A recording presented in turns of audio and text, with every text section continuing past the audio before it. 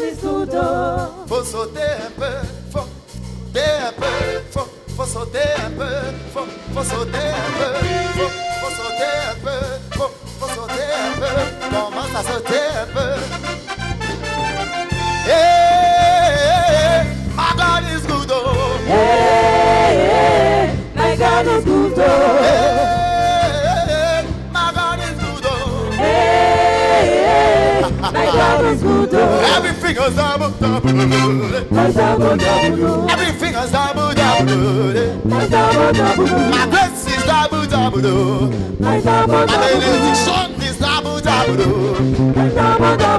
Hey, my God is good. Hey, my God is good. Hey, my God is good. Hey, my God is good.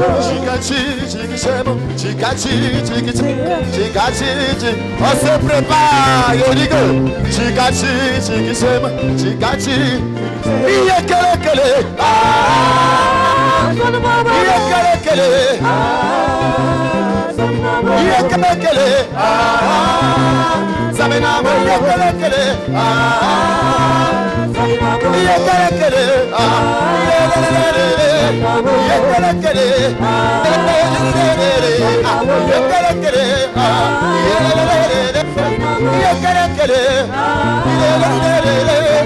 Chica chica chica sheba, chica chica chica sheba, chica chica chica sheba, chica chica sheba, chica chica sheba, chica chica sheba, chica chica sheba, chica chica sheba. Hey, my God is good. Hey, my God is good. Hey, my God is good. Hey, my God is good.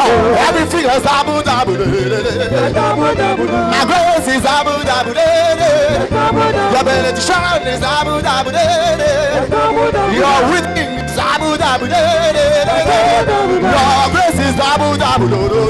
My benediction is double, double.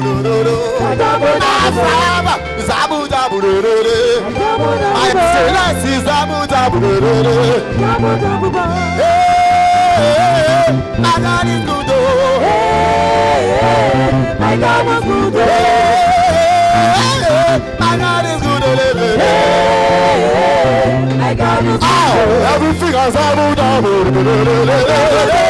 My grace is double, double. My benediction is double, double. Your grace is double, double. Chikachi, on se prépare.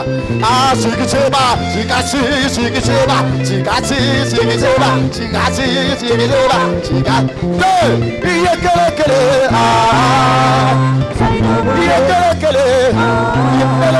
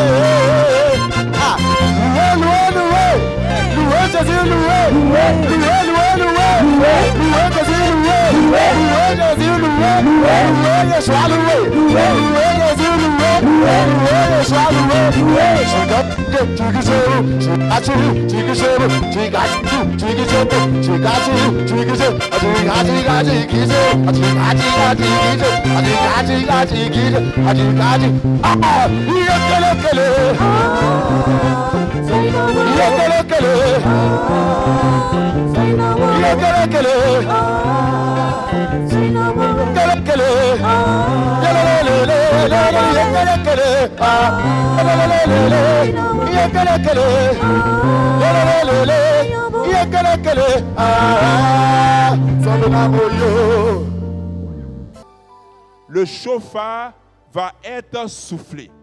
Si vous voulez, le chauffard, remplacez cela par trompette.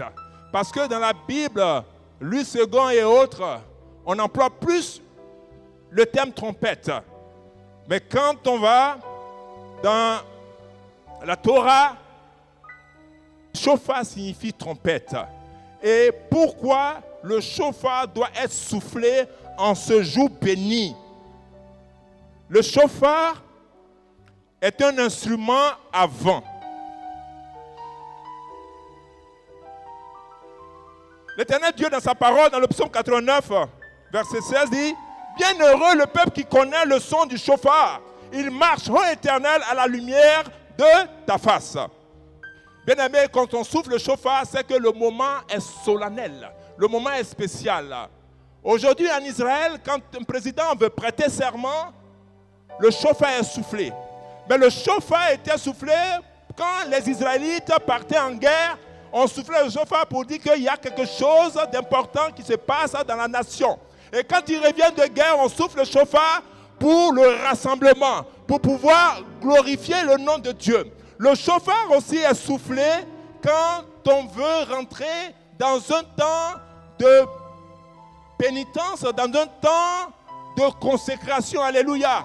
Bien-aimés, aujourd'hui, en ce dimanche béni, le chauffard va être soufflé pour dire qu'il y a une ministre de l'Éternel qui est allée aux États-Unis parce qu'elle a été invitée par des personnes ouintes, par des autorités ecclésiastiques en Virginie, qui ont vu en elle une servante utilisée puissamment par l'Éternel. Parce que lorsqu'elle prie, l'Éternel approuve et l'Éternel bénit et des miracles s'opèrent. Ils ont dit ta manière de prêcher est différente de ce qu'on a l'habitude d'entendre. Tu prêches la parole de Dieu dans sa pureté. Et tu es une servante de Dieu vrai. Nous voulons te décerner le titre de docteur. Parce que les enseignements que tu donnes sont pleins de sagesse et sont profonds. Et nous voulons aussi, parce que nous avons eu ton témoignage, tu es à la base de l'implantation des églises à travers le monde. Tu es prophète, certes, mais tu es apôtre. Alléluia, je veux que tu acclames très fort l'Éternel, ton Dieu. Tomato!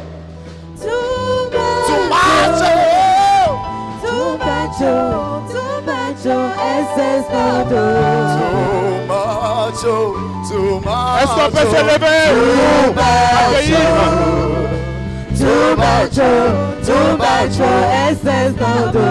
Son éminence, le révérend docteur John-Yair Robert,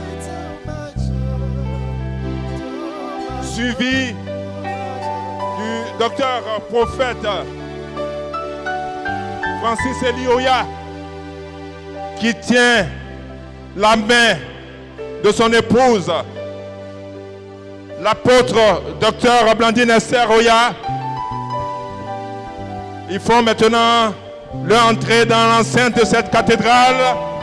Ils vont prendre place. Alléluia.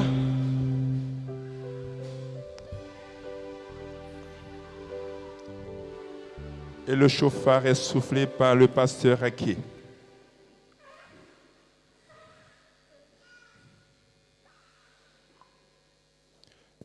Est-ce que tu peux acclamer très fort l'Éternel pour ce moment solennel? Alléluia. Le chauffard est soufflé en des occasions tout extraordinaires, des moments solennels. Quand les Israélites reviennent de la bataille après avoir remporté les victoires, quand il faut introniser une autorité ecclésiastique, c'est important de souffler le chauffard. Alléluia. Gloire à Jésus. Amen.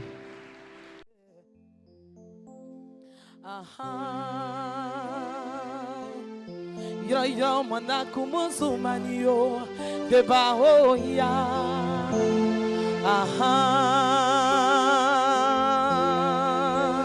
Oh oh oh. Alleluia.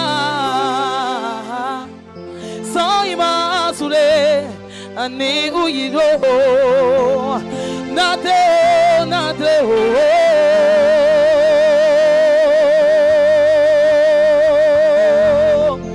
J'ai besoin de toi seul. J'ai besoin de toi dans ma vie. Ah, il n'y a pas un micro pour maman. J'ai besoin de ton appui, papa, oh, pour surmonter toutes ces épreuves que je traverse. J'ai besoin de toi seul. J'ai besoin de ma vie. Hey, j'ai besoin de ton appui, papa, oh, pour surmonter toutes ces difficultés que je traverse. Tu es seulement juste un mot de toi me suffit, oh, pour changer ma vie.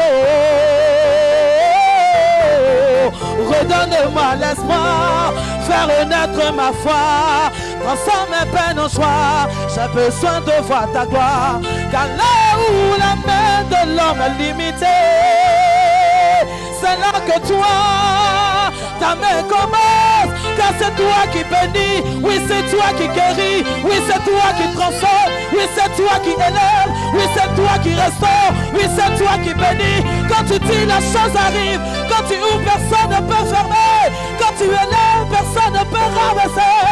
Dieu de maman Blandine, nous te célébrons, oh, oh. Dieu de maman Blandine, nous te célébrons, oh. Et ça y va saouler, ça y va saouler, ça y va saouler, ça y va saouler, ça y va saouler, ça y va saouler, ça y va saouler, ça y va saouler, oh, yo. Alléluia, yo. Oh, Azema, oh, Dieu de papa, oh, ya, oh, de papa, oh, yo. Dieu de papa, Dion, Robert, ça y va saouler, ça y va saouler, ça y va saouler, ça y va saouler, ça y va saouler, ça y va saouler, ça y va saouler, ça y va saouler, aïe,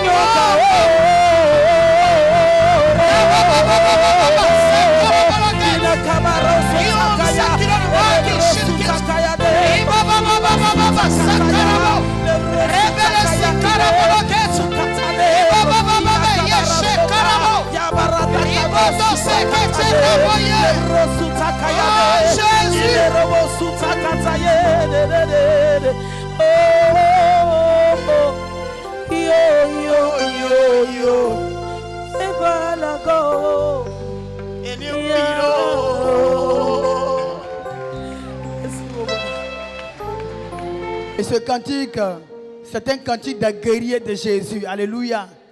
Qui connaissent leur identité en Jésus. Et qui n'ont pas peur des entités spirituelles qui mentent. Alléluia. Qui te font croire ce que tu n'es pas. Alors que tu es au-delà de ce que Dieu a dit de toi. Alléluia. Il n'y a rien sur cette terre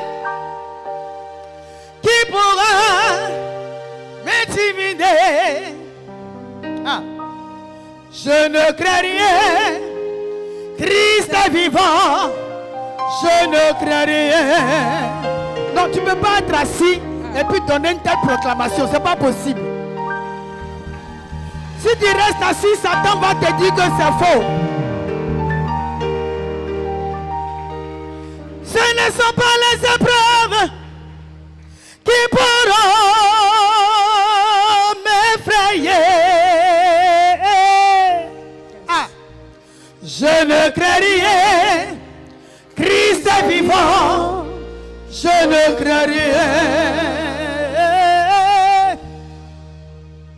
Ce ne sont pas les situations difficiles qui pourront m'influencer. Ah, dis avec moi, je ne crains rien. Je ne crains rien. Christ est vivant. Je ne crains rien. Hey. Mais les hommes,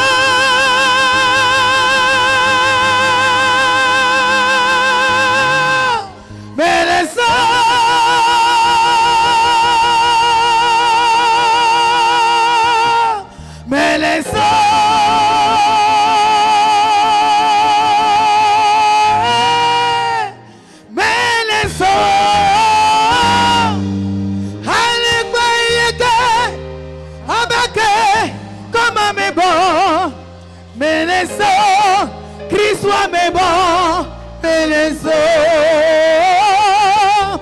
Alek Bayeko, Abake, comme mes bons, Meneso, Christ soit mes bons, Meneso, yeah. Meneso, Meneso, Meneso. Casser mes sombres employants, mais les sauts, m'imbrossi pas Christ nito, notre bonne mais c'est bien, mais on te pas, mais pas mener ça au clos. Je ne crains rien, je ne crains rien, je ne crains rien, même devant mes ennemis, non, je ne crains rien. Ma confiance est en Jésus, lui seul est ma forteresse, mon sauveur est éternel, je ne crains rien, hey. Je ne crains rien, je ne crains rien, je ne crains rien, je ne crains rien, il n'y a rien sur cette terre qui pourra m'intimider, je ne crains rien. Je t'entends pas. Il n'y a rien sur cette terre qui pourra m'intimider. Je ne crains rien. Je ne crains rien, Christ est vivant, je ne crains rien. Hey! Ce n'est pas la malédiction qui pourra m'intimider. Je ne crains rien, Christ est vivant, je ne crains rien. Oh, je dis, ce n'est pas la pauvreté qui pourra m'influencer. Christ est vivant, je ne crains rien. Viens avec moi, je ne crains rien. Je ne crains rien. Non, non, non, non. Hey, Je ne hey, il n'y a rien sur cette terre qui pourra m'intimider. Je ne crains rien, Christ est vivant, je ne crains rien. Il peut tout, il peut tout, il peut tout, il peut tout, il peut tout, il peut tout, il peut tout, il peut tout, il peut tout, il peut tout, il peut tout, il peut tout, il peut tout, il peut tout, il peut tout, il peut tout, mon Dieu peut tout, Il peut tout, il peut tout, il peut tout, il peut tout, il peut tout, il peut tout, il peut tout, il peut tout, il peut tout, quand c'est que la malédiction, quand c'est que la sorcellerie, quand c'est que tous ces démons, il peut tout, ah, il peut tout, il peut tout, Jésus il peut tout, il peut tout, il peut tout, il peut tout, mon Dieu peut tout, il peut tout, il peut tout, il peut tout, il peut tout, il peut tout, il peut tout, il peut tout, il peut tout, il peut tout, Jésus il peut tout, il peut tout, qu'est-ce que c'est que, qu'est-ce que c'est que, qu'est-ce que c'est que, qu'est-ce que c'est que, qu'est-ce que c'est que, qu'est-ce que c'est que, qu'est-ce que c'est que, qu'est-ce que c'est que, qu'est-ce que c'est que, qu'est-ce que c'est que, il peut tout, est-ce qu'on peut pousser la cri les joies? il peut tout, il peut tout. Yeah. Moi qui n'étais rien aux yeux des hommes, il a changé ma vie, il a changé mon histoire. Ouah, Jésus, oh, oh, oh, yeah.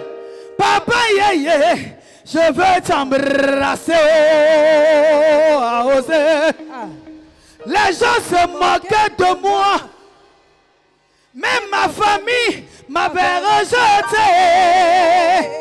Pour moi, l'avenir n'était pas certain, oh, oh.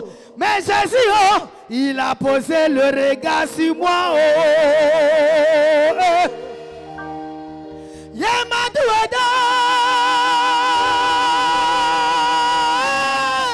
Kakli Balile, Yamadoueda, oh, yeah. Kakli Balile, Yamadoueda, oh, yeah. Kakli Balile, Yamadoueda,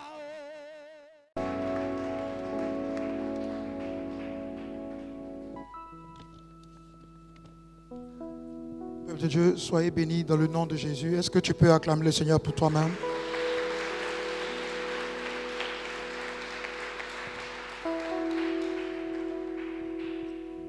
Amen.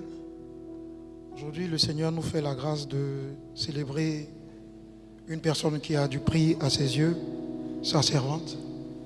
Et nous sommes des témoins oculaires de ce que le Seigneur a bien voulu faire avec elle, au travers de plusieurs œuvres. Et c'est donc l'idée de cet hommage. Donc vous allez devoir m'excuser si par moment je brise un peu le protocole dans le texte, parce que ça vient du plus profond de mon cœur. Amen. Née de parents qui sont très tôt frappés par la grande faucheuse, Blandine est tourmentée par la perte brutale et rapide de ses parents. Pas encore 25 ans et orpheline de père et de mère. En plus, la mort faisait des ravages dans sa famille maternelle. À la recherche de l'amour et de la protection qu'elle aurait pu obtenir auprès de ses parents déjà partis, le grand Dieu des Hébreux va se révéler à elle afin de lui démontrer son grand amour. Il lui fera comprendre qu'il l'aime plus que ses parents biologiques et qu'il a largement la capacité de s'occuper d'elle sans faillir, car il ne connaît pas de limites comme les humains. Ce Dieu merveilleux va l'inviter à le servir et lui donner un nom nouveau. À l'instar d'Esther, qui par son canal fit échapper le peuple d'Israël de la mort précoce, il décida de l'appeler Esther. Et par elle également, la mort dans sa famille est stoppée. L'œuvre des ténèbres est repoussée, car le temps est venu pour le règne de Dieu de s'installer dans sa famille au travers d'un vase utile. Être bien faite et promise à un avenir à Dieu dans le monde séculier, tous s'opposent à son nouveau choix. Mais déterminée, elle va plutôt préférer la voix de son Dieu qui lui avait parlé.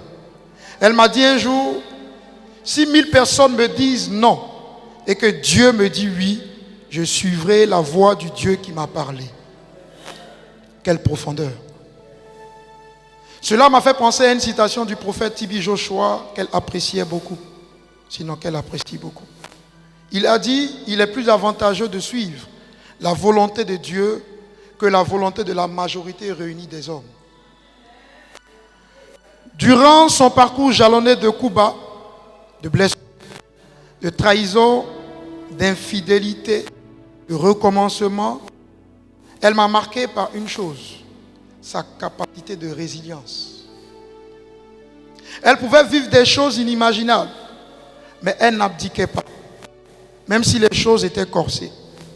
Elle s'est accrochée au forceps, s'est réfugiée dans la prière et la présence de Dieu. Certains diront, ce n'est que la grâce de Dieu. Oui, la grâce divine. Toutefois, tous bénéficient de la grâce de Dieu, mais très peu se sont maintenus dans les standards de la constance et ont gardé leur flamme allumée quand les vents contraires soufflaient fortement. Est-ce qu'on peut apprécier cela avec des acclamations à Jésus?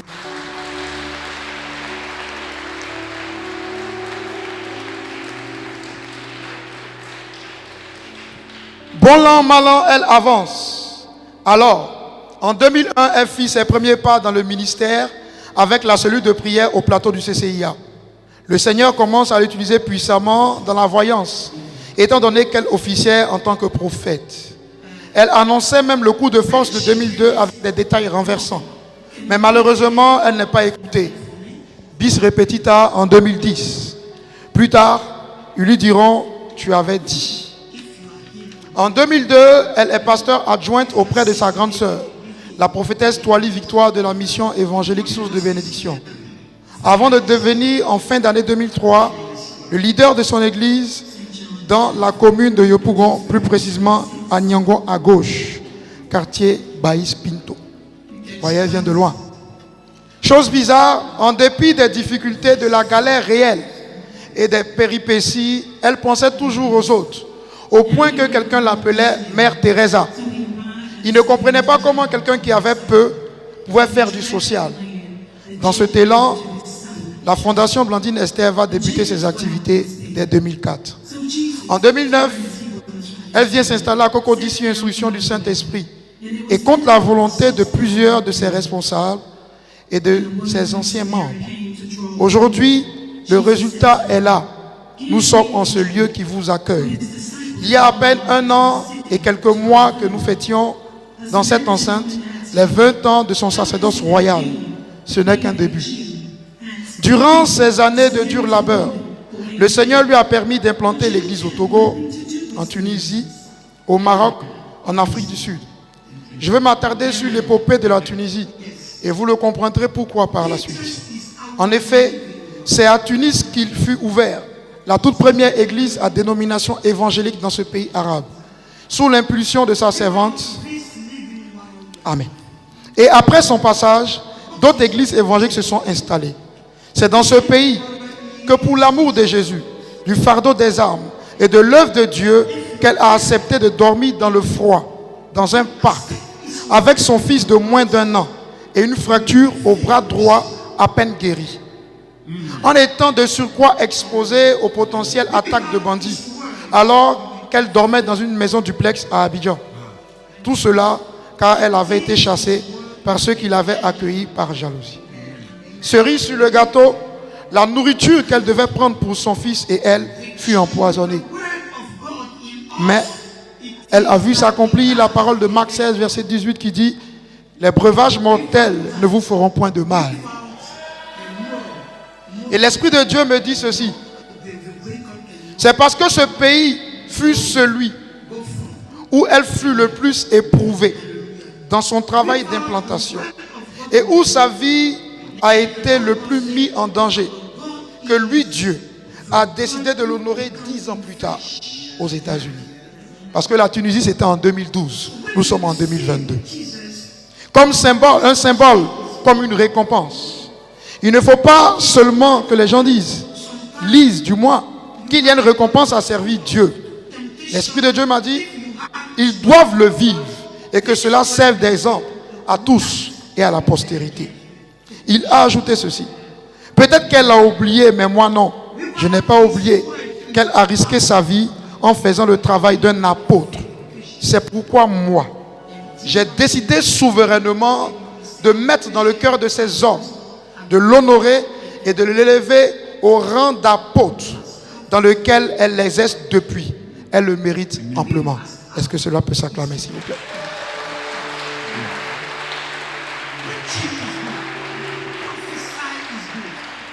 En outre, elle est devenue docteur honoris causa en théologie pour l'ensemble de son travail accompli depuis 20 années. Mais également, elle obtint le double diplôme honorifique de la maîtrise et du doctorat du ministère pour la qualité, la pugnacité et la réalité concrète de ses enseignements.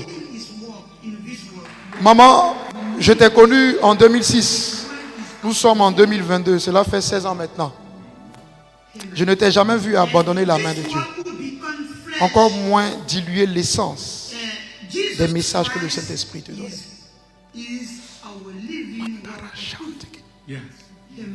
Tu es le prototype du leader qui ne se fatigue pas à investir en l'homme. Je ne suis pas du tout facile à gérer.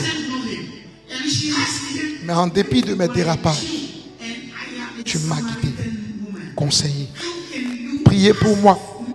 Je suis là aujourd'hui, le produit de ton investissement. Merci.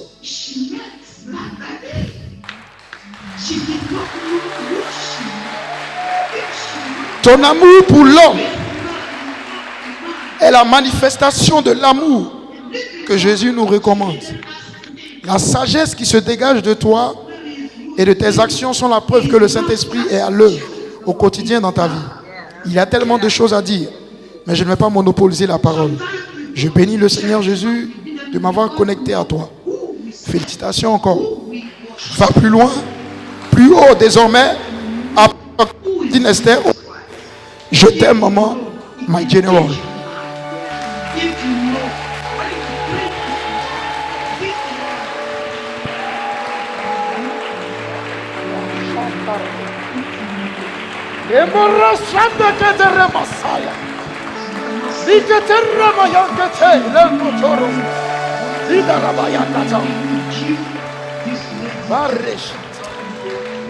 Jesus Christ.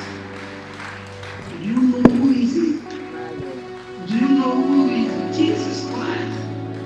Hallelujah. Clap for him, clap for him, clap for him.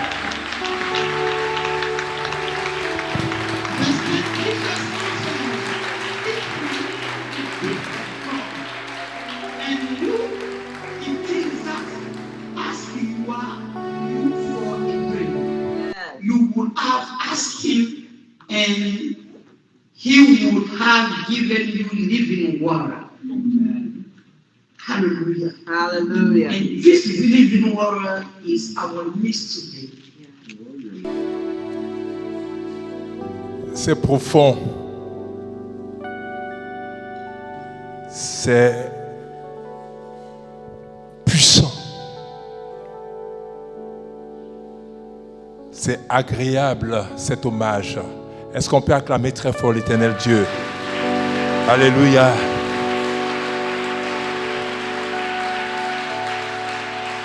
Un hommage du pasteur Mensagui. Un hommage à l'apôtre Dr Blandine Esther Oya, notre mère spirituelle, leader des églises Evas. Alléluia. Si tu t'es retrouvé dans cet hommage témoignage, est-ce que tu peux acclamer très fort l'Éternel Dieu? Alléluia.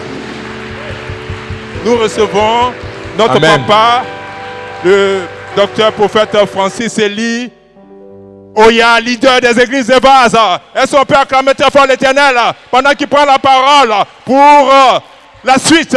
Amen. Alléluia. Alléluia. Est-ce que tu peux encore acclamer le Seigneur?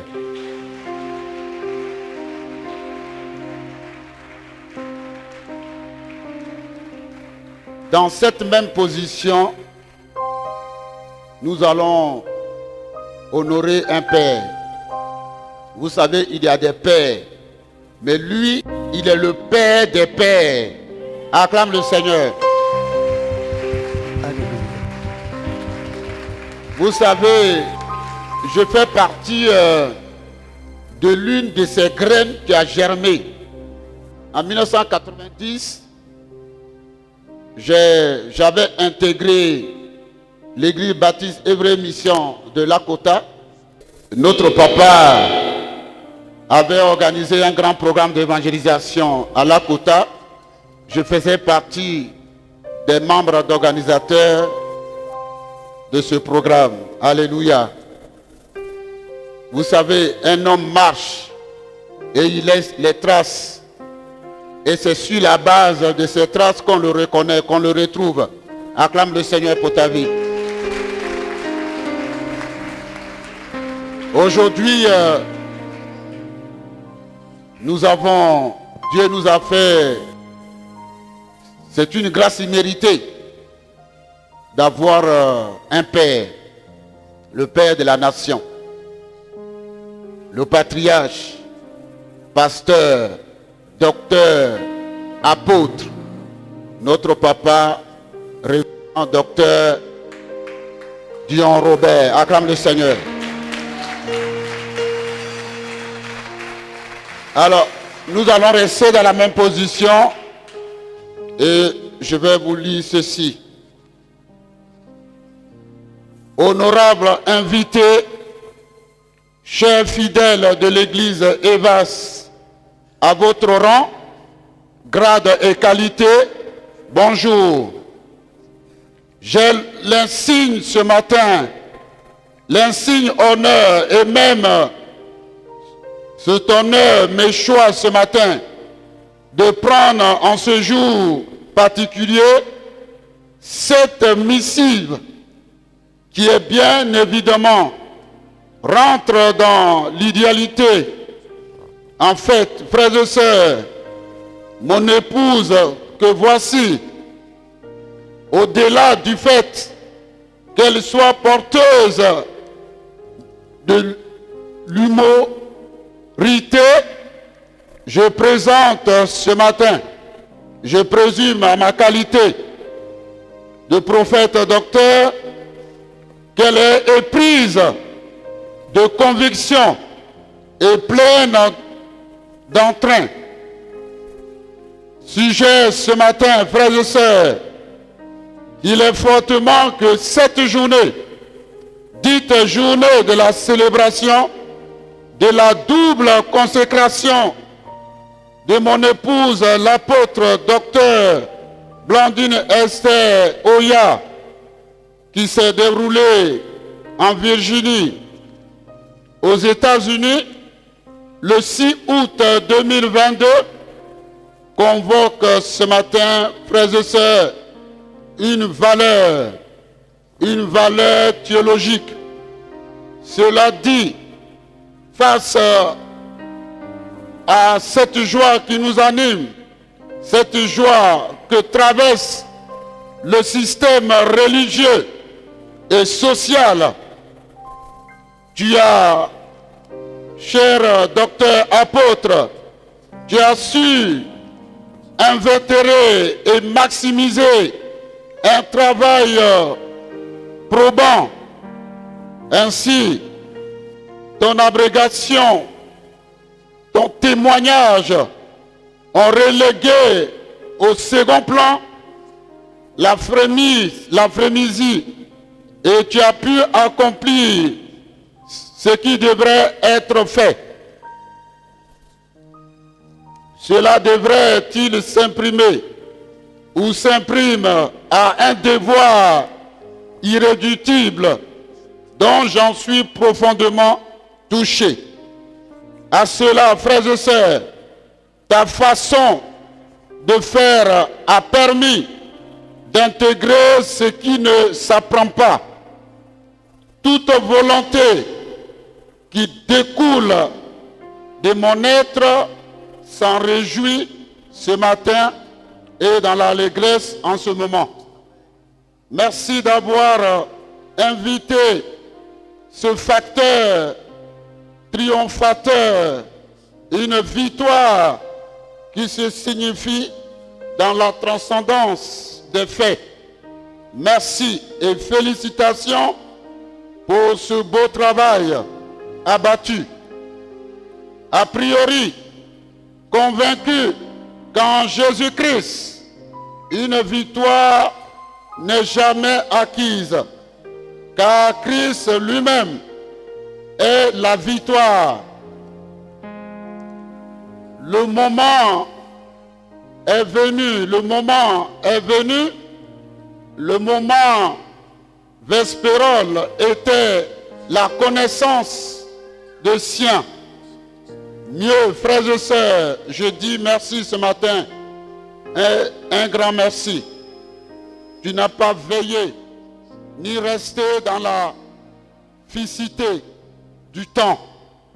Au demeurant, ce matin, nous voulons célébrer une personne spéciale à nos yeux, une personne spéciale aux yeux du Seigneur. Ce matin, j'aimerais qu'on acclame le Seigneur pour la vie de sa servante. Acclame le Seigneur ce matin.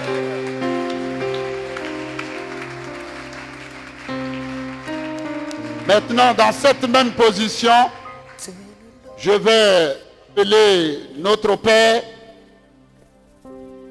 le révérend docteur, pasteur apôtre Dion Robert.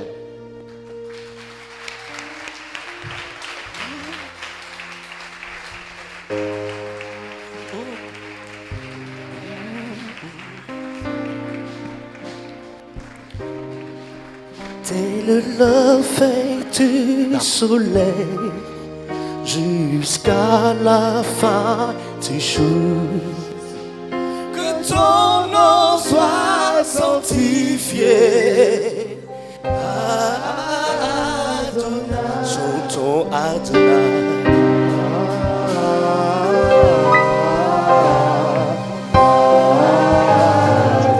Chantons Adonai.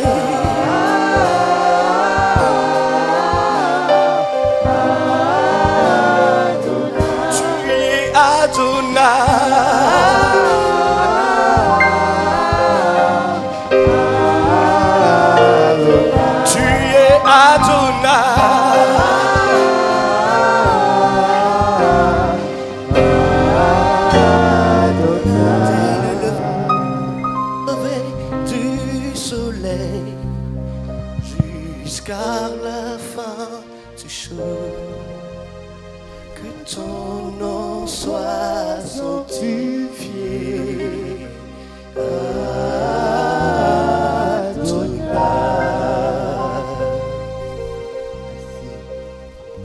Gloire à Jésus. Amen. Bonjour à tous. Soyez bénis. Amen. Soyez bénis. Amen. Que la grâce de Dieu soit avec vous. Amen. Vous avez pris soin de ma fille Esther et de mon fils Oya.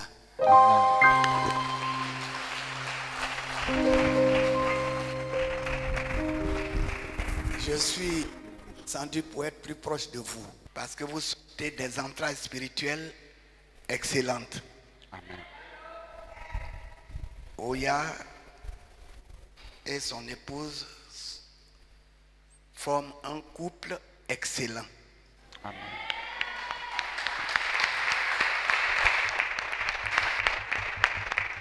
Veuillez vous asseoir. Le corps évangélique est très fécond. Nous avons beaucoup fécondé. Dieu nous a rendus féconds, riches. L'Église grandit. Et je suis très émerveillé pour l'œuvre que vous avez accomplie avec votre mère et votre père. Soyez bénis.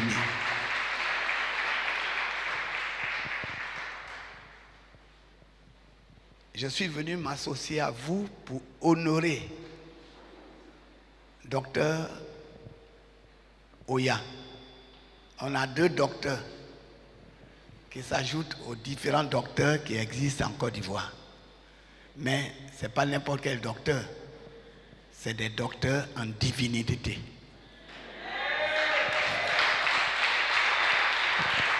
Vous voyez, quand on dit, il y a toutes sortes de docteurs, il y a docteur en médecine, docteur en économie, etc., etc. Quand il s'agit de l'Église, la famille de Dieu, on met révérend. Chez les Anglais, pour qu'on fasse la différence. Quand tu dis je suis docteur, on dit mais docteur en quoi? C'est vague. Et on dit révérend docteur, là, ils savent que c'est du côté spirituel. Et nous venons d'avoir un docteur qui s'ajoute au docteur, à tous les docteurs en divinité, ceux qui communiquent la vie de Dieu aux humains, à l'humanité. Et souvent, comme aujourd'hui il s'agit d'une femme,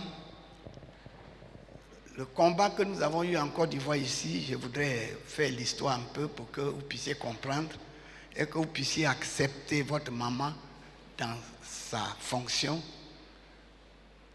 Généralement, dans le corps de Christ, il y en a qui sont très figés.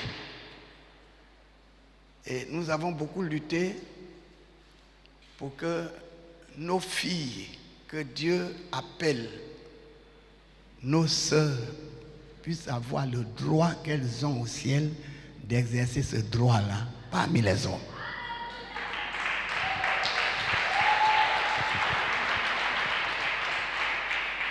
Vous savez que quand Dieu a créé Adam, ça a pris du temps.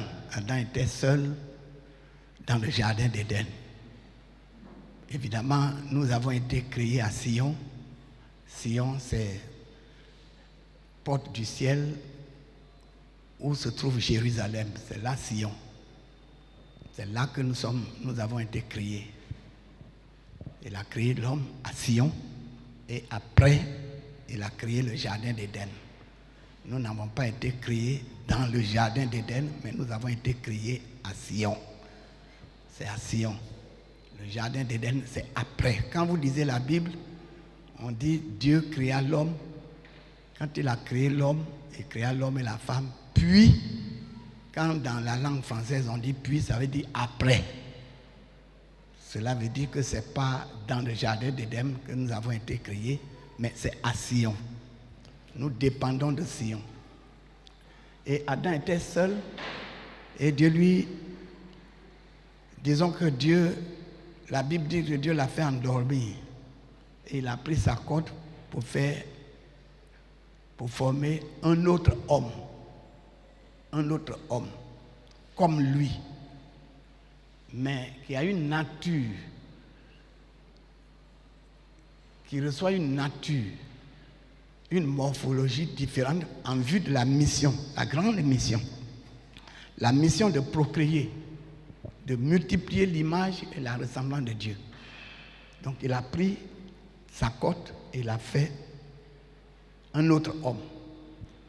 Dans la langue française, c'est une langue diplomatique, mais dans la langue anglaise, qui est la langue des cuisiniers, c'est direct. On appelle la femme woman. Womb, ça veut dire ventre, entraille. Man, ça veut dire l'homme. Donc, toutes mes filles qui sont là sont des hommes complets.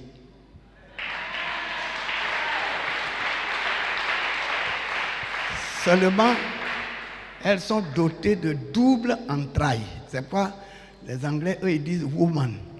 Womb, c'est l'homme qui a des entrailles. Mes filles qui sont là ont des entrailles. Il y a double. Il y a là où va le bébé et il y a là où va la nourriture. C'est pourquoi elles sont plus fortes que nous.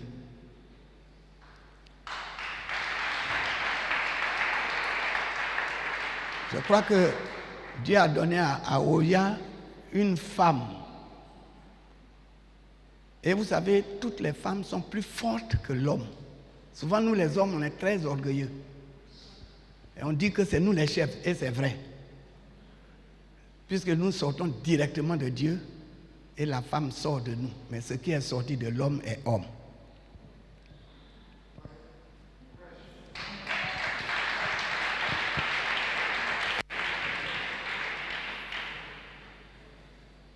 Toi, tu as deux entrailles, moi, je n'ai qu'une seule entraille. Entre nous deux, qui est fort? C'est toi qui viens m'aider. Celui qui vient aider est plus fort que celui qu'on aide. Si mon aide est faible, c'est fini. Donc, Oya est fort à cause d'Esther.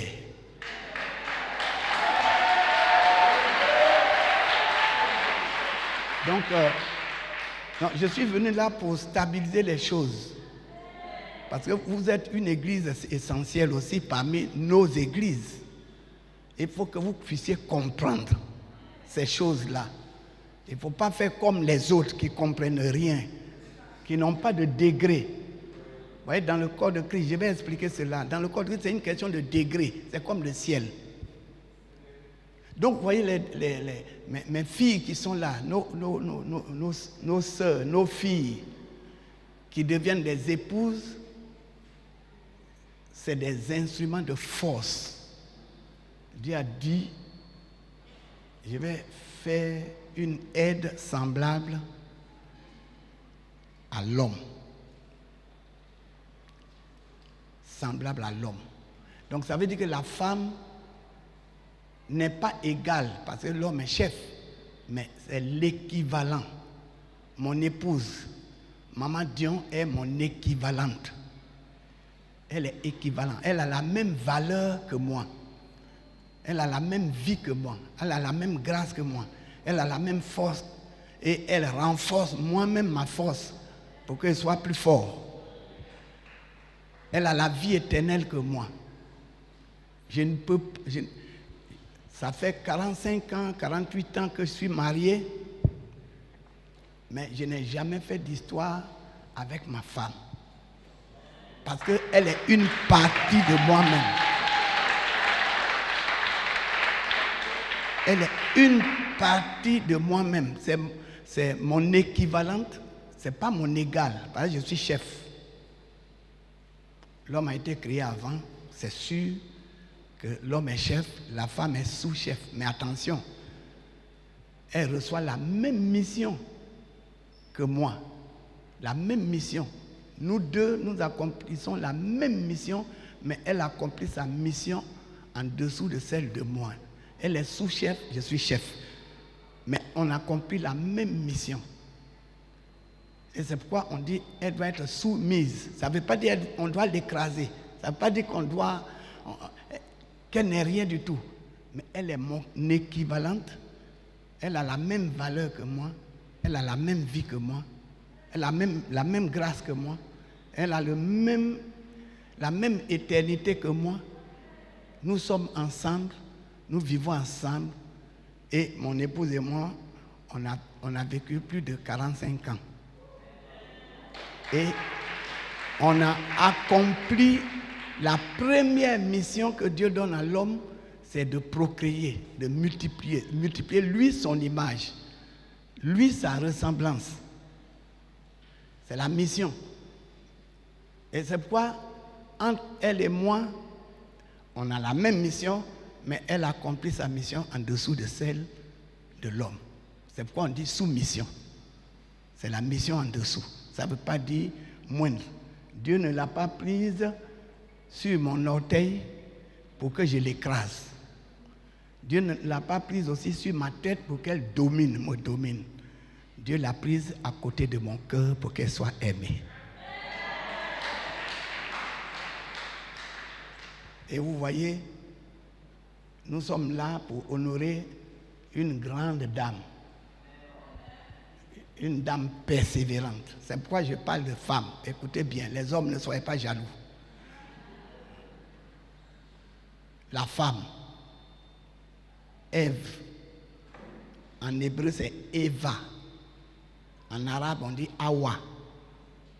Eva, ça veut dire vie. Vie. La vie qui sort de Dieu, qui transite dans l'homme,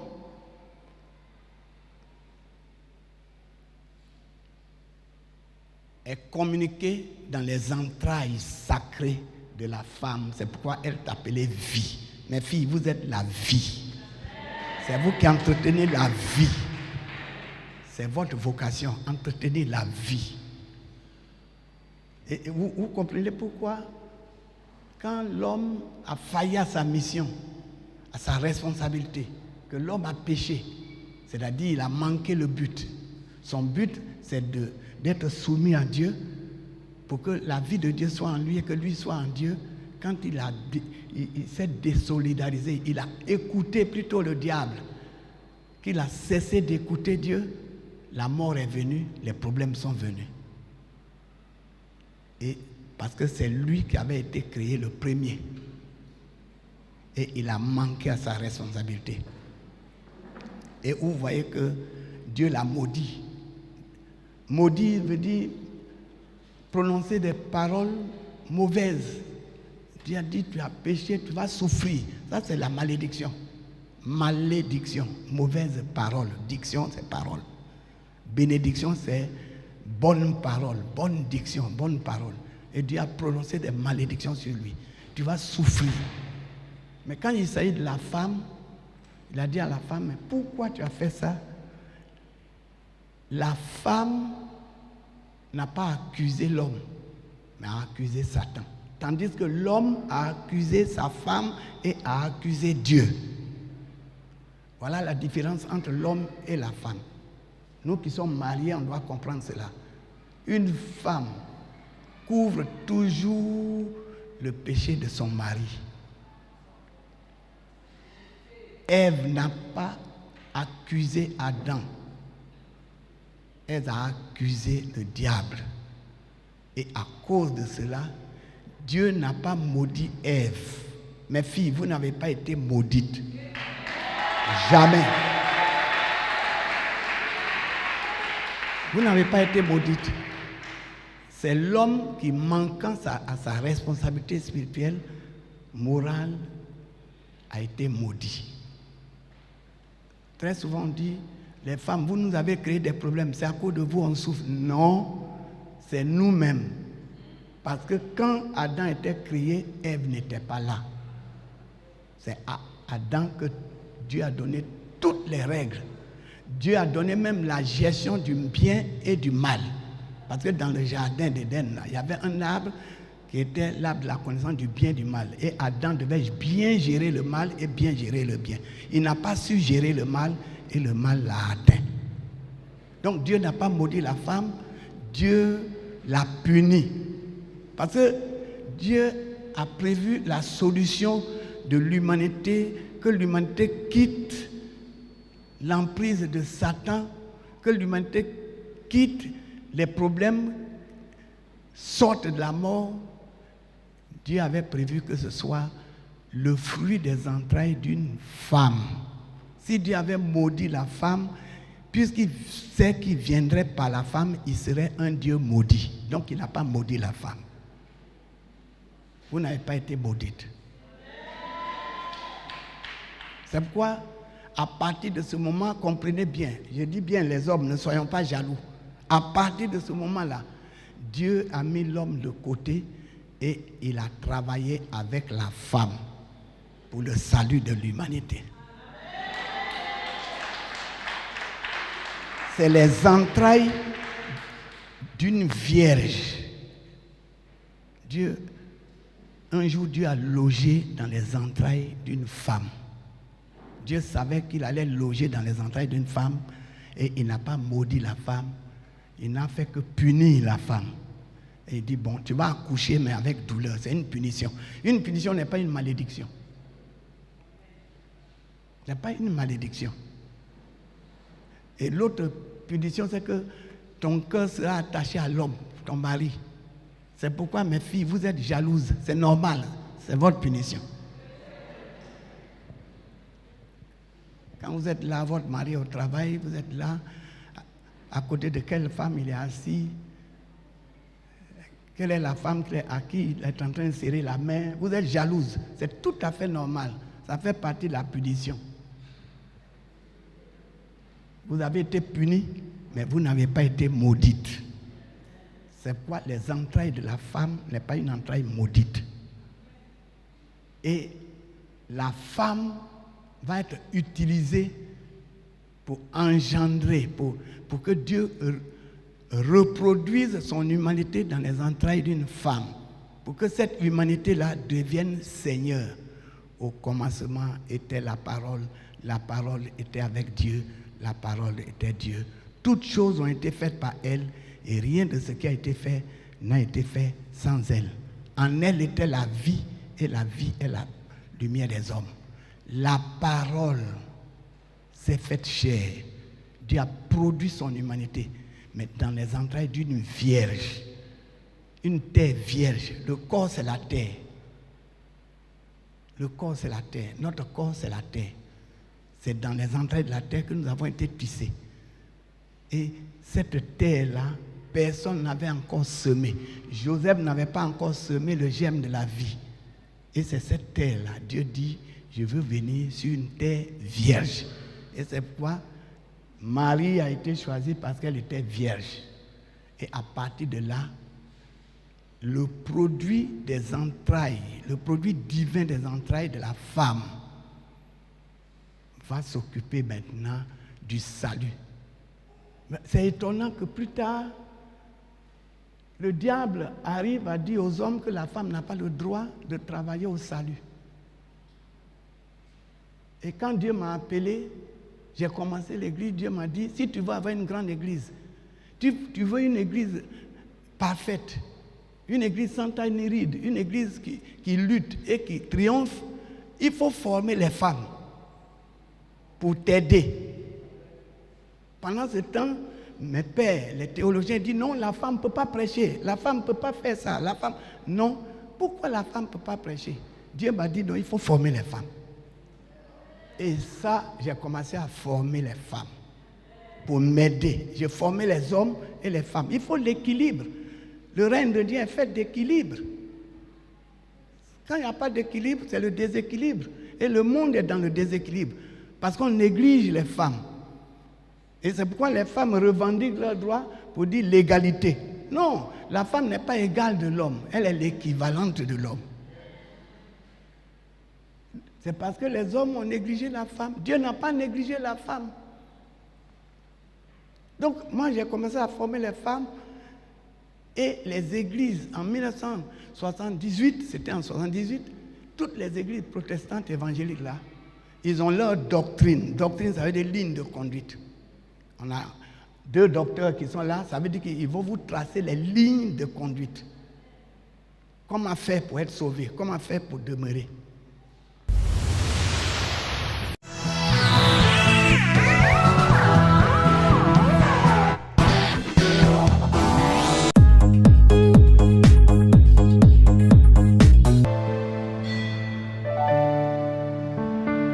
Serre ta parole, je serre ta parole, je serre ta parole dans mon cœur,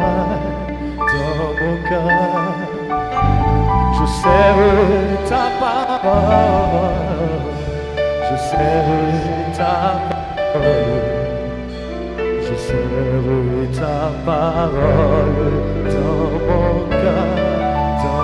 Je serre ta parole, je serre ta parole, je serre ta parole dans mon cœur. C'est à partir de là que le combat pour le ministère des femmes a commencé en Côte d'Ivoire. Les missionnaires qui étaient là, ils ont fondé l'œuvre, ils nous ont engendrés. Mais on ne donne que ce qu'on a. Le règne de Dieu est fait de degrés. Toutes les communautés confondues, méthodistes, baptistes, Assemblée de Dieu, Pentecôte, tous se sont réunis au plateau, à l'église méthodiste du plateau. Et un midi, ils m'ont mis au banc pour dire, mais pourquoi toi tu permets aux femmes d'enseigner dans ton église? La Bible dit que la femme doit se taire. La Bible dit que la femme ne doit pas prendre l'autorité sur l'homme. Je leur ai dit, bon, je vous pose 2 questions. Le Saint-Esprit a quel sexe? C'est compliqué. Là, c'est compliqué. On ne peut pas quand même parler du sexe du Seigneur. Donc, je dis, bon, laissez ça. Dites-moi, une prophétesse, c'est l'épouse d'un prophète ou bien c'est une femme que Dieu appelle, qu'il qualifie de prophète?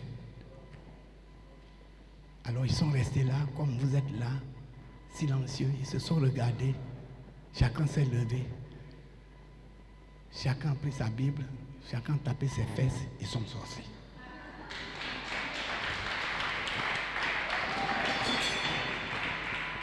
À partir de ce moment-là, aujourd'hui la plupart ont des femmes qui servent Dieu dans le corps ecclésiastique.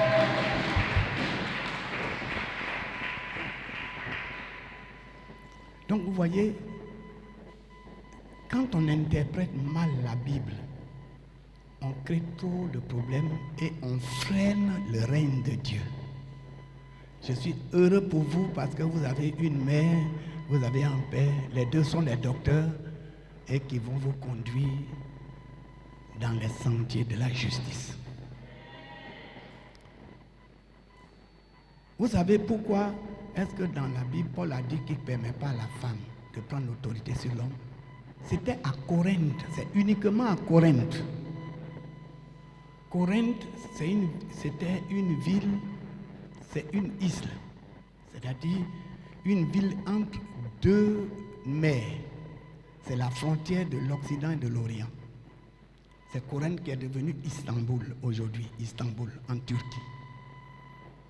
Et à Corinthe, il y avait toutes sortes de religions. Et il y a une des religions qui était très démoniaque, qu'on a appelée la secte Aphrodite. C'est la secte qui est...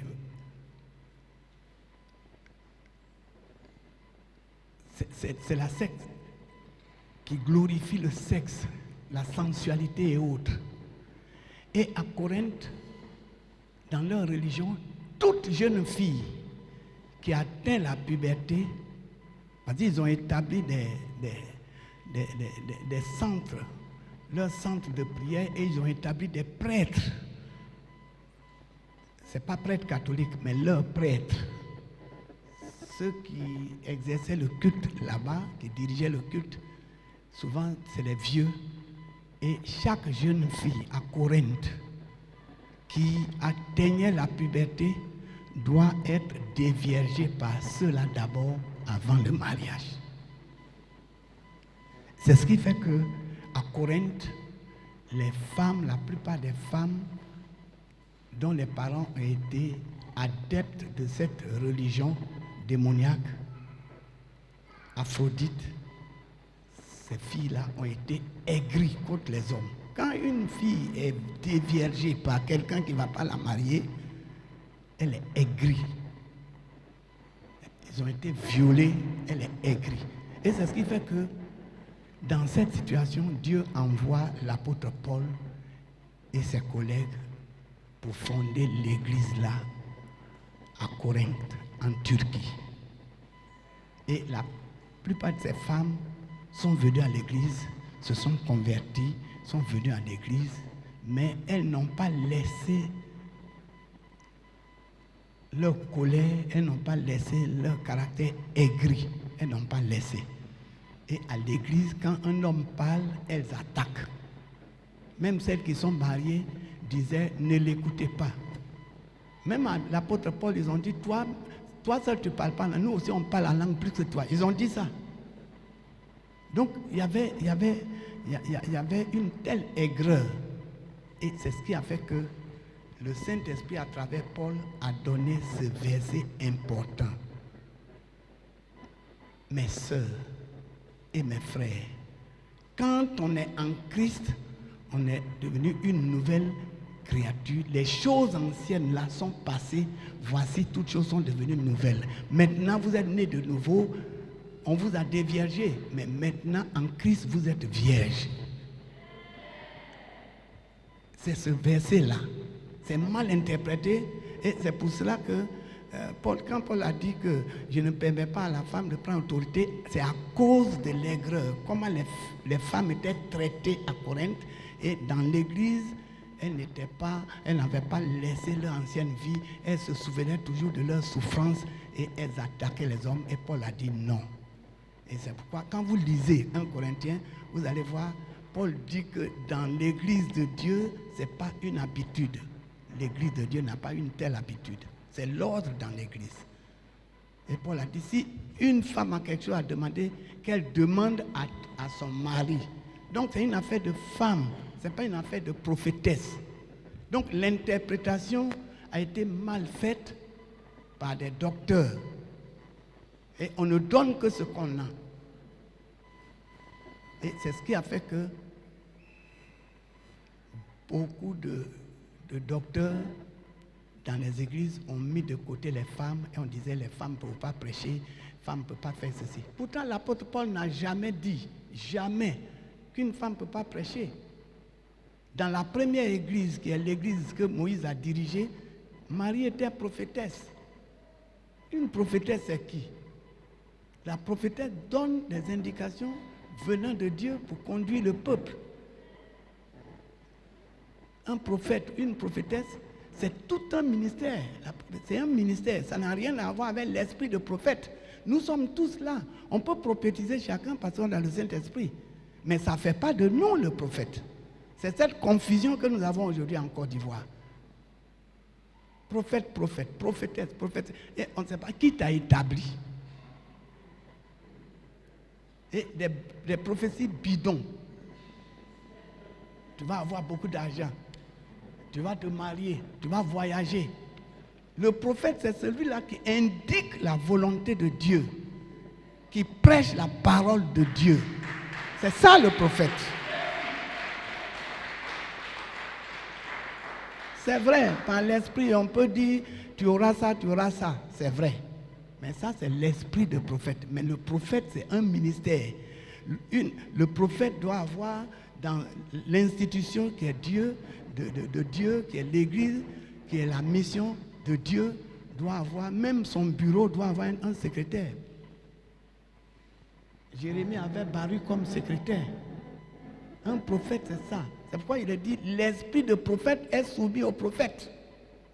Donc une femme que Dieu appelle, que Dieu qualifie, comme ma fille Esther a été qualifiée, elle doit prêcher.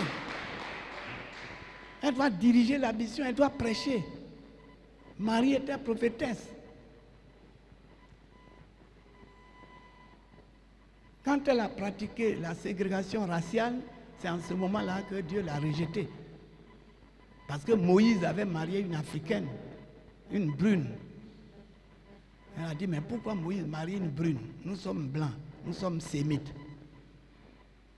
Et Dieu dit, bon, tu méprises la peau, je suis le Dieu de la diversité. Si tu as méprisé la peau de Séphora, pour cela tu parles contre Moïse, je vais mettre la lèpre sur ta peau. Et c'est comme ça Dieu a mis la lèpre sur la peau de Marie et on l'a excommuniée pour un temps. On l'a mise sous discipline. Mais vous voyez, après ça, on n'a plus parlé de Marie tellement dans les Saintes Écritures. Donc une prophétesse, c'est une femme qualifiée par Dieu. Qualifiée, qui peut enseigner, qui peut instruire, qui peut parler de Dieu. Donc, un texte dont l'interprétation ne se base pas sur le contexte, c'est des prétextes. Les gens ont fait des prétextes pour écarter les femmes du ministère. Pourtant, l'apôtre Paul avait les gens comme les évodistes, les saintiches, qui étaient des évangélistes. Il y avait les diaconesses même qui étaient confirmées comme servantes de Dieu. Les Dorcas et autres. Donc, mes bien-aimés, il est écrit dans Joël chapitre 2, verset 28, « Au dernier jour, je répandrai de mon esprit sur toute chair. Vos fils et vos filles prophétiseront. » Prophétiser, c'est quoi? Dans l'Ancien temps, on dit prophète. Mais aujourd'hui, c'est prédicateur. Moi, je suis un prédicateur. Je prêche tous les dimanches, je prêche tous les jours. Prédicateur, prédire. Dans prédication, il y a prédire. Il y a la prophétie dedans. Le prédicateur, c'est un prophète. Et nous sommes tous, quelque sorte, des prophètes. Mais chacun à son degré. Donc, une femme peut prêcher. Et vous avez la grâce d'avoir une femme. Vous avez la grâce. Moi, j'en ai plusieurs. J'ai formé jusqu'à 45 aujourd'hui qui servent Dieu. On a envoyé comme missionnaires dans le monde entier, qui aident les hommes. Et très souvent, les femmes même qui sont dans la mission sont plus efficaces que nous les hommes. Parce qu'elles ont un cœur maternel, l'amour. Or, on ne peut pas prêcher sans l'amour. Voilà, un docteur, c'est celui qui donne la ligne de conduite. Un docteur en médecine, quand vous allez le voir, il fait le diagnostic, il trouve que vous avez la fièvre, et puis il prescrit. Il prescrit. Il dit, bon, voici, tu prends Efferalgan, 2 comprimés matin, 2 le soir. Il donne la ligne de conduite. Comment faire pour être guéri? Dans le plan divin, les docteurs qui sont dans l'église donnent la ligne de conduite. Ils nous donnent la ligne de conduite. C'est pourquoi Dieu a donné à l'église les uns comme apôtres. Les apôtres là, voilà leur symbole, c'est le pouce, c'est la main de Dieu. Le pouce, c'est leur symbole. Le pouce est là, c'est le doigt, c'est le gros doigt, mais qui aide tous les autres doigts. Toute la capacité des 4 autres doigts là se trouve dans le pouce. Le pouce, il est polyvalent. Un apôtre, c'est un polyvalent. Il est polyvalent.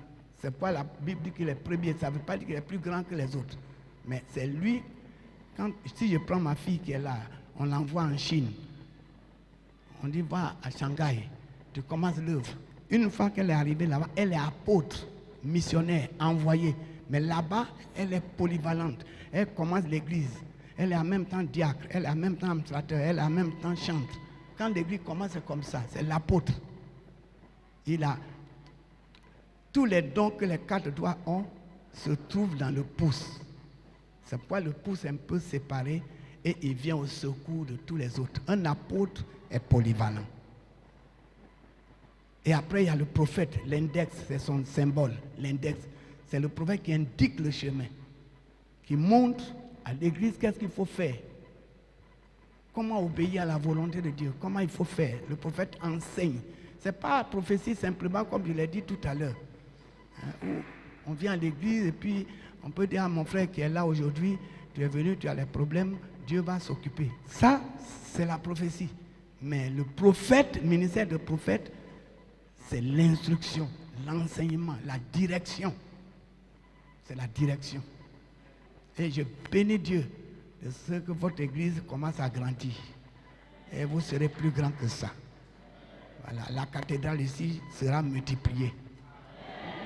Et Dieu va le faire. Et après, le prophète, c'est l'évangéliste. Ça, c'est le majeur.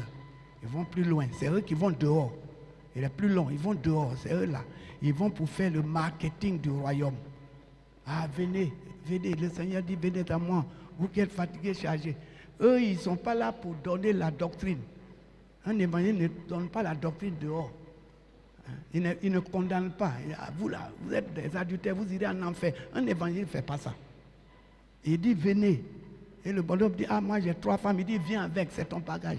Viens avec. L'évangile, c'est ça. Il fait le marketing du royaume.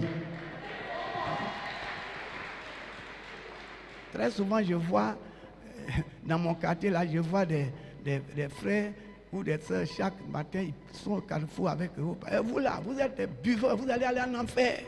Hein? Vous êtes des adultères, des francs-maçons, tant vous allez aller en enfer. Non, ça, ce n'est pas l'évangélisation.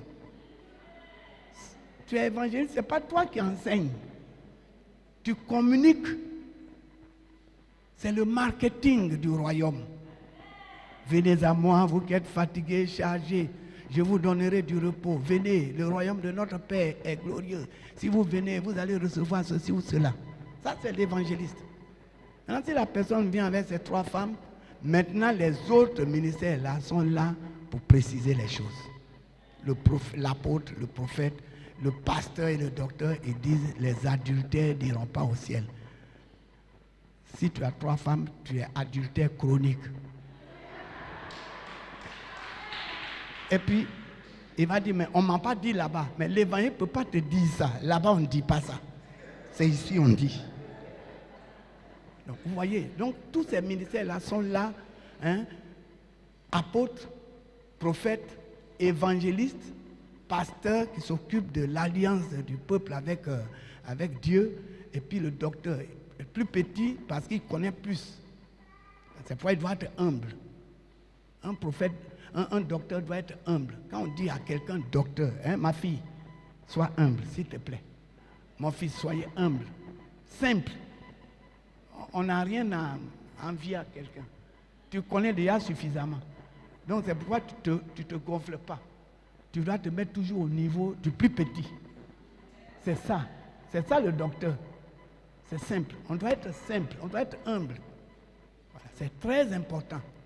Donc le docteur, c'est le plus petit, mais le plus grand dans l'esprit. Parce que c'est une question de degré. Votre église a atteint un certain degré. Vous, membres de cette église, vous ne pouvez plus vous comporter n'importe comment. Parce que vous avez des docteurs. Vous avez des apôtres. Déjà. C'est des degrés. Dans le corps de Christ, dans le corps évangélique de Christ, vous avez atteint un certain niveau. Quand bien même que vous allez encore apprendre beaucoup. Mais quand même, c'est déjà bien. Je bénis Dieu pour votre vie. Je bénis Dieu pour votre vie. Je bénis Dieu pour Esther et Oya. Soyez bénis. Donc vous voyez, nous sommes là pour honorer cette dame. On connaît un couple comme ça dans la Bible. Aquilas et Priscille. Tous deux servaient Dieu. Je le dis à vous pour que vous puissiez comprendre leur vie et que eux-mêmes comprennent leur rôle. Les deux étaient complices, de bons complices dans le règne de Dieu. Ils ne se faisaient pas la guerre. Ils ne se faisaient pas la guerre, ils ne se faisaient pas la compétition. Et les membres aussi, vous ne devriez pas permettre qu'il y ait compétition entre eux. Ce n'est pas bon. Vous devriez les aimer au même titre et vous soumettre pour que l'église avance. Cette église va croître. Déjà, pourquoi la maman était qualifiée? Parce que déjà elle a fondé l'église là. C'est déjà quelque chose. Ce qui lui reste à faire, c'est d'écrire maintenant. Elle va écrire l'expérience. Elle et son mari, ils doivent écrire. Ils doivent former davantage. C'est important. Alors quand on a écrit, il faut écrire. Quand on a écrit, la doctrine est donnée par l'écrit. Et vous devriez écrire. J'espère que vous avez déjà des écrits. Il y en a déjà là. Vous devez écrire. Écrivez. Pour que le sens qu'on dit docteur là soit précis. Parce que quand on dit docteur, il n'a pas écrit, mais il a écrit quelle thèse il a présentée. L'écrit d'un docteur, c'est ça, une thèse. Il a développé. Et on peut dire docteur. Donc, si vous écrivez, écrivez beaucoup. Toute expérience, écrivez. Sur tous les plans. Parce que les ministères sont là. Et puis, je voudrais vous demander, cette église-là, mes fils et mes filles qui sont là, il faut les crucifier. Je ne sais pas si vous comprenez bien. Il faut les crucifier pour que la dimension que l'église a là, cette dimension-là soit réelle. Si vous êtes crucifié, c'est fini. L'église va grandir. Parce que tout le monde veut aller au ciel, personne ne veut mourir. Il faut crucifier. Quand moi j'avais commencé l'église à Yopougon Gare, j'avais 150 personnes. C'est peu. Pour 10 ans de travail, 150 personnes. Mais les 150 là, la plupart étaient charnels. Charnel. Quand je parle, je mets là, je suis dans Apocalypse, eux ils sont dans Genèse. Bon, finalement, qui va enseigner qui maintenant? Qui va diriger qui? Et c'est à partir de là, Dieu m'a dit, tu vois, je ne fais rien avec les vivants. Je travaille avec les morts. Ce n'est pas les morts du cimetière Widamville.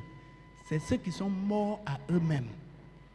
Si le grain qui est semé ne meurt, il reste seul. S'il meurt, il produit beaucoup de fruits.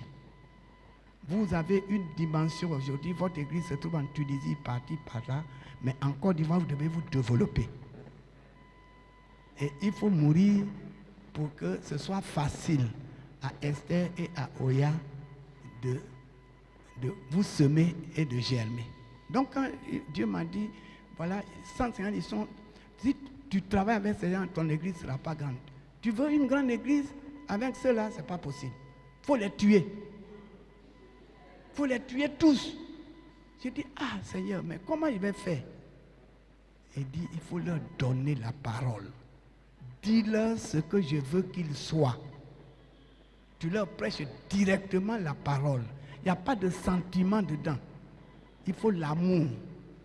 L'amour sans la vérité, c'est la séduction. Il ne faut pas les séduire. Il faut les aimer. Si tu veux qu'ils soient sauvés, il faut les aimer. Prêche-leur directement. Ne donne pas les messages vagues, théologiques, philosophiques. Non. Dis-leur clairement. Tu prends un mot, tu développes. Un mot, tu développes par rapport à leur vie. Pour qu'ils soient comme moi je veux. Et en même temps, ça t'affermit toi-même. Et j'ai commencé à faire cela. Je croyais que les gens allaient fuir. Évidemment, j'ai perdu 75, j'ai perdu... Donc 150, j'ai perdu 75 en une nuit. Une église qui ne perd pas de membres, ce n'est pas une bonne église. C'est que le pasteur est complaisant.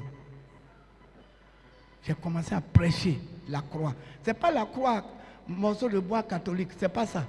La croix, c'est l'obéissance. J'ai commencé à les amener à l'intégrité de la parole. Et 75 qui sont restés, ils étaient morts à eux-mêmes, c'était facile. J'ai enlevé les histoires de démocratie de l'Église. L'Église n'est pas démocratique, elle est théocratique. Et quand je dis, bon, on va fonder les églises. La première église qu'on a fondée, c'est dans la région de Boisflé. Mais pour le faire, on dit, il faut voter. Quand on a voté, la majeure partie dit, non, on n'a pas l'argent pour envoyer quelqu'un. Et Dieu m'a dit, tu as vu, mon église n'est pas démocratique. Tu veux voter? Non. Et j'ai pris la parole, j'ai dit, à partir d'aujourd'hui, ceux qui ont dit oui en envoyant les missionnaires, c'est eux qui ont gagné. Mais maintenant, il n'y a plus de démocratie dans l'église baptiste. C'est la théocratie. Et à partir de là, on a commencé à fonder les églises. Les gens ne luttaient plus pour eux-mêmes, ils luttaient pour le royaume de Dieu. Les Américains m'ont appelé à Colorado. Tous les grands théologiens. Quand je vais aux États-Unis, je les enseigne. Tous ces grands théologiens, ils ont dit, bon, maintenant, tu nous enseignes. Tu es docteur. Et ils se sont réunis à Colorado et ils m'ont décerné le titre de docteur. Ils disent, tu nous enseignes, qu'est-ce qu'on peut avoir d'autre? C'est ce qu'ils ont fait pour ma fille Esther.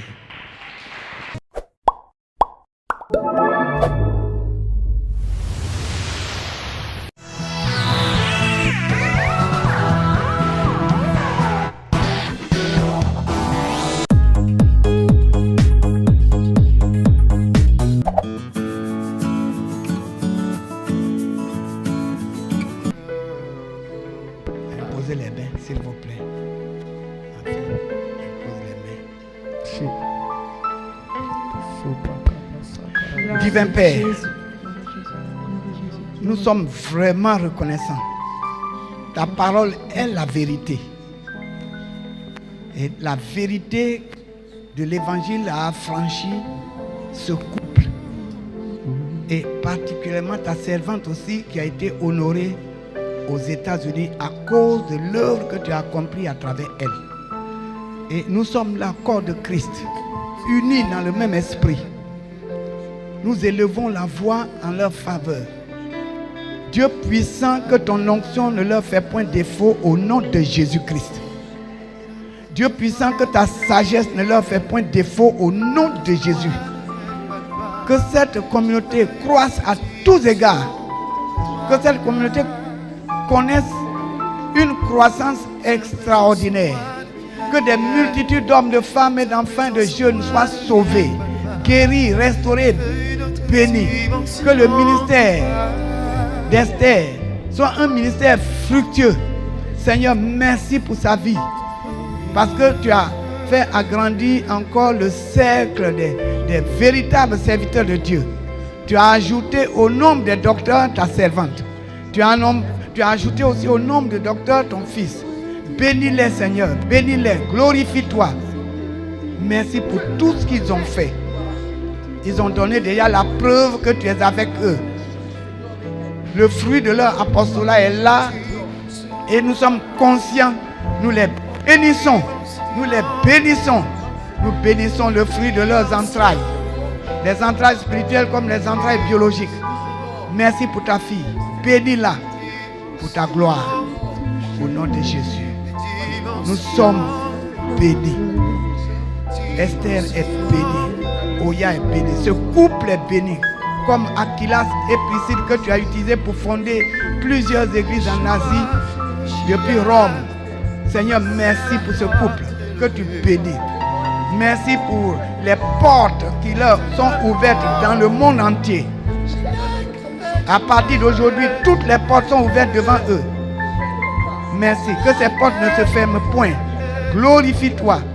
Père, Nous prions que tu leur donnes la santé, qu'ils soient en bonne santé, que Satan ne vienne pas déstabiliser l'harmonie de ce couple par la maladie, que leur famille soit en bonne santé et que ton nom continue d'être glorifié. Merci Seigneur, sois élevé. Nous sommes exaucés, nous sommes bénis. Esther et son époux Woya sont bénis. Et tout le peuple dit: Ta présence en moi devienne réelle, que ta présence en moi devienne palpable. Je veux une autre dimension de toi.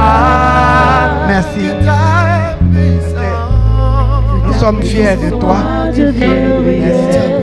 ta Ta présence en moi devienne palpable. Je veux une autre Il ne faut jamais avoir de complexe. dimension de toi. Voilà. Que Dieu te bénisse.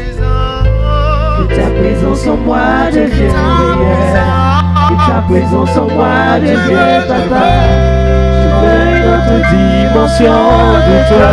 La dimension du toucher, la Dimension du toucher, la dimension de gloire, la dimension de puissance, la dimension du toucher, la dimension de gloire, la dimension de puissance.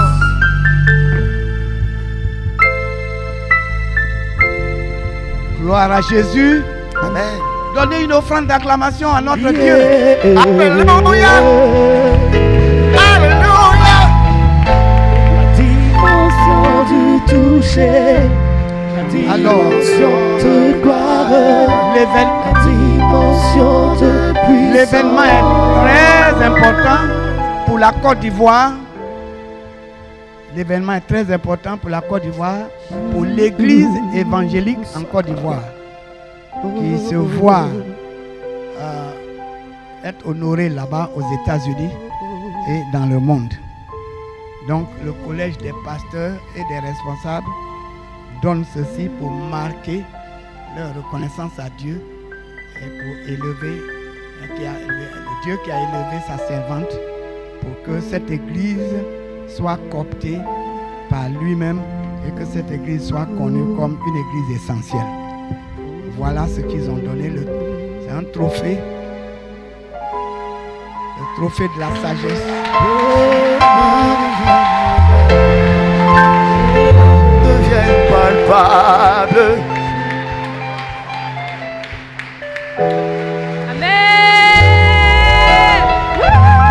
Ta présence en moi devienne réelle.